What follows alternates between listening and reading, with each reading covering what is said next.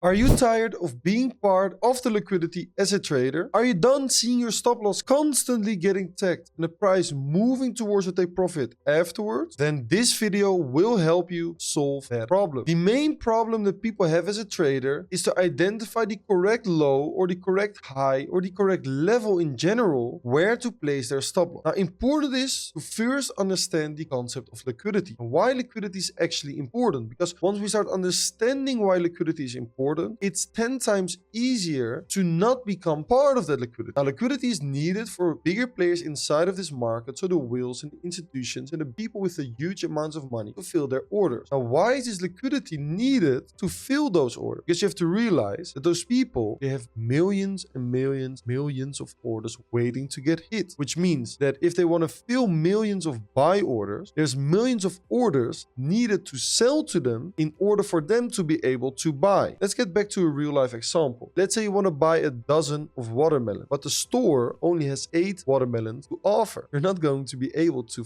fill your dozen orders of watermelon because there's simply not enough supply. So the demand cannot be filled. It works the exact same on this market. If there's an institution that wants to fill $1 million of buy orders on Bitcoin, but there's not $1 million worth of sell orders ready to get hit, who are they going to buy from? How are they going to get to fill their buy orders if there's not enough people selling to them? Now, this is where liquidity comes into play, because the stop losses of retail traders, but also unfilled orders, also people breakout shorting and breakdown shorting, breakout longing, those kind of things are providing liquidity, because if stop losses get hit, there's automatically buy or sell orders getting hit. And smart money can use those sell and buy orders that are getting hit by the stop loss getting hit to fill their own buy and sell orders, if you get what I'm trying to say. So that means that all we have to do is identify where the stop losses of retail traders are resting and what areas retail traders might start breakout longing, or what areas retail traders might start breakdown shorting. And once we identify these levels, we know where we should never ever place our stop loss. And that's exactly what I'm going to explain to you guys onto the chart right now. Let's take the R&R chart, for example, and let's find the correct invalidation for this current chart. Now, the main issue is, and the main problem that people constantly are running into, is what significant low and what significant high is valid to use as an invalidation for your trade. Now, let's say we look at this structure to the downside over here, right? Let's say we have a high, we have this low, we have this higher high, then we form this lower low, lower high, lower low. Now, let's say people identify this market structure break and have a bunch of other triggers that say, okay, I want to short the pullback on R&R and I want to target lower levels. Now, many people struggle where to place their stop, right? Many people will use this high to cover their stop, or they will use this high. Let's think for a few seconds. Which high should you choose when you wanted to short R&R based off this chart? I think many of you guys would choose this high. Now, there's a few reasons for that. First reason being, it's simply a tighter stop loss, which means that if I want to short, for example, a pullback, and I use this high instead of this high, the RR of my trade simply increases. And that is exactly how retail traders think, because retail traders are greedy creatures. They want the highest RR possible for the most potential profits possible. Instead, they should be looking at what's the valid high to cover their stop loss for the short in this case. And guys, it's not this high over here. No, it's this high over here. Now, why is that the case? It's the case because after this low that we form over here, okay, and this is the lowest low that we form after we form this higher high compared to this high, right? That brings us to this higher low. So this over here is the significant low to break. We form this higher high over here, which means that this higher high is the high that initiates the impulse that gives us this move to the downside, that gives us this break of structure. It's not this high that gives us the impulse that breaks structure. No, it's this high, because this is the highest high that we form after this higher low that we form after this higher high that we form. So this is the significant high to protect. But instead, most people use this high, which is why so often we see the case where we are going to sweep those stops and then dump afterward. And this is why you are becoming part of the liquidity, because you simply do not have the capability yet to differentiate a significant high from an insignificant high. By getting the ability to see the difference between those highs and between those lows and identify what lows and what highs are significant and what lows and what highs are not significant, you will already separate yourself from 90% of the retail trader, because they will always use the tightest low or the tightest high to cover their stop. But instead, what they should be looking for is the valid high and the valid low to cover their stop loss, and not the tightest low or the tightest high for the highest possible RR. No, they should really identify what low or what high initiated the impulse that gave us the trigger, that gave us the break of structure to start looking for longs and short. Now that's the high that you should use to cover your stop loss. If that decreases your RR, that's fine, right? I rather have a higher win rate with a little lower